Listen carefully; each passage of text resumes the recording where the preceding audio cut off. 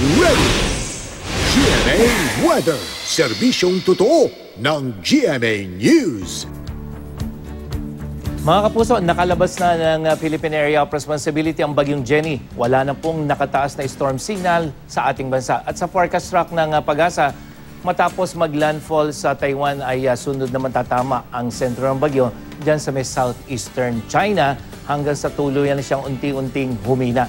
Kahit nasa labasan ng PAR ang bagyong Jenny, patuloy pa rin itong hatake ng hanging habagat na siya namang magbibigay ng tuloy-tuloy na pagulan sa malaking bahagi ng Luzon, kasama na nga po ang Metro Manila.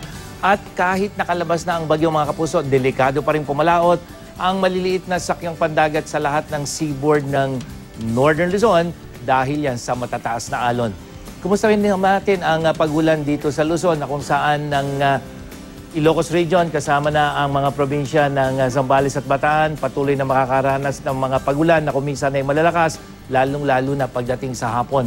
Sa Southern Luzon, mga probinsya ng Mindoro at Palawan, may mga mahihinang pagulan na lamang at ilang bahagi ng Southern Luzon, dulad dyan sa may Bicol Region, meron pa rin po mga pagulan. Sa Visayas naman, mas maaliwalas na sa malaking bahagi, lalo na itong Eastern at Central Section. Pero dyan sa may Western Section, asahan pa rin po ang mga pagulan. Gayon din sa Mindanao, dito sa may Zamboanga Peninsula, umaga pa lamang may mga pagulan ng mga kapuso. At dito sa ARMM, dyan sa may Northern Mindanao at sa Sorsogon Region, asahan po ang mga pagulan, lalong-lalo na sa hapon.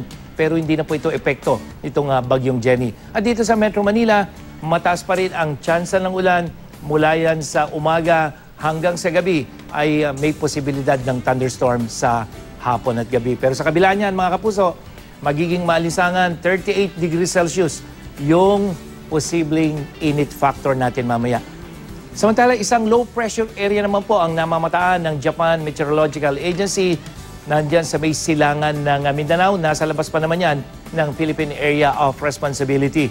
At sa datos ng The Weather Company, kung di magbabago yung kanyang kilos, itong nakikita nyong mga kulay orange at dilaw na yan, yan po yung mga pagulan na pwedeng idulot nitong papalapit na low pressure area dyan sa Visayas at Mindanao, lalong-lalo na araw ng Miyerkules.